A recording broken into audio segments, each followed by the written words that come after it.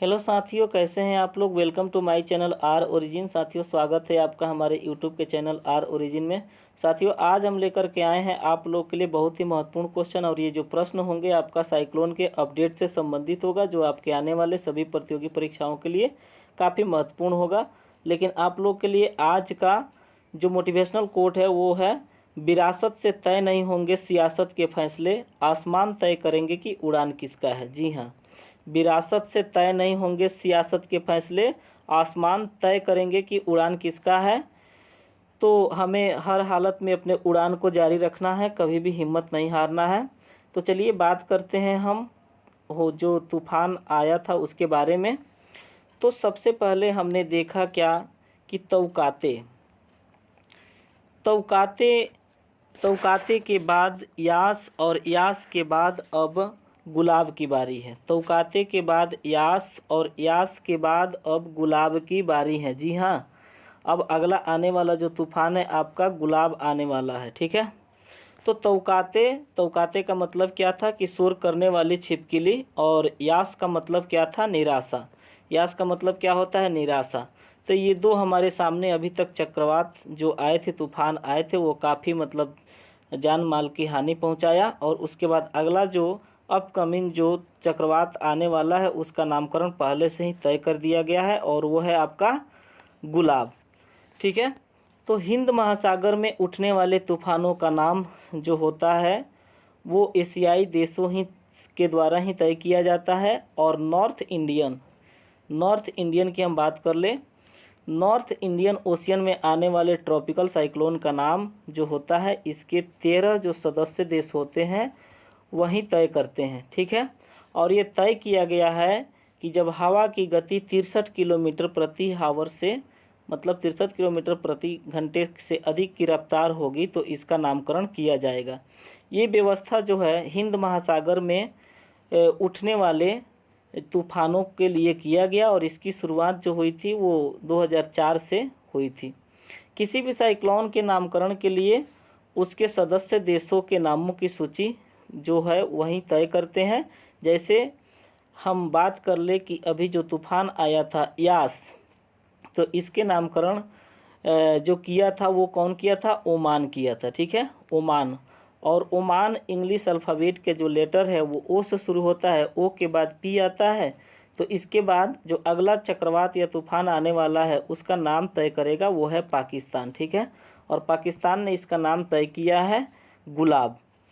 तो शुरू से ही भारत की पहल पर इसके 8 सदस्य देश जुड़े थे, बाद में आपका 4 सदस्य और इसमें जुड़ गए। ठीक है, तो सभी सदस्य मिल करके अभी तक 84 नामों की सूचीबद्ध कर लिया है। और आपको बता दे कि तूफान के नामकरण का इतिहास जो है वो बहुत पुराना है, और 1887 से इसकी शुरुआत हुई थी। तो चलिए हम इसके बारे में कुछ आप लोग को कुछ ऐसे फैक्ट बताते हैं जिसको आप लोग ज़रूर याद रखेंगे। उसके बाद हम फिर बात करेंगे कि वो तूफान कौन कौन से हैं। ठीक है, तो सबसे पहला जो फैक्ट आता है इसमें आपका, वो नॉर्थ इंडियन ओशियन में आने वाले ट्रॉपिकल साइक्लोन का नाम इसके 13 सदस्य देशों द्वारा तय किया जाता है। दूसरी बात इसमें सबसे महत्वपूर्ण ये आती है कि साइक्लोन के नामकरण में शुरुआत में भारत की पहल पर 8 सदस्य देश थे, और इसके बाद यूएई, कतर, यमन और ईरान इसके सदस्य देश बने। तो ये आप लोग याद रखेंगे, पहले 8 था और बाद में ये 4 देश जो है इसके सदस्य बने। अगला नेक्स्ट पॉइंट है आप लोग के लिए सबसे महत्वपूर्ण कि पहले से सभी देशों ने मिलकर के अभी तक 84 नामों को सूचीबद्ध कर लिया है, और जब हवा की गति 63 किलोमीटर से अधिक होगी तब इसका नामकरण किया जाता है। ठीक है, तो ये आप लोग इसको ध्यान में रखेंगे। उसके बाद अगला जो फैक्ट है इससे संबंधित वो है कि तूफान का नामकरण की शुरुआत जो थी 1887 से शुरू हुआ था। ये अभी का नहीं है 1887 से, लेकिन आपको बता दें कि उस समय तूफानों का नामकरण जो था 1887 से 1907 तक क्वींसलैंड सरकार से ही सभी तूफानों का नामकरण करती थी। लेकिन द्वितीय विश्व युद्ध के बाद अलग अलग महासागरों में उठने वाले तूफानों का नामकरण करने की प्रक्रिया सामूहिक देशों द्वारा शुरू किया गया। ठीक है, तो चलिए हम देखते हैं कि अभी तक वो तूफान कौन कौन से हैं। और 2020 के बाद जो तय नाम और देश जो है, जैसे आपका सबसे पहले बांग्लादेश निसागरा या निसर्ग जो जून 2020 में आया था उसका नामकरण किया था। दूसरा जो है आपका भारत जो तय किया था वो गति नवंबर 2020 में गति जो तूफान आया था।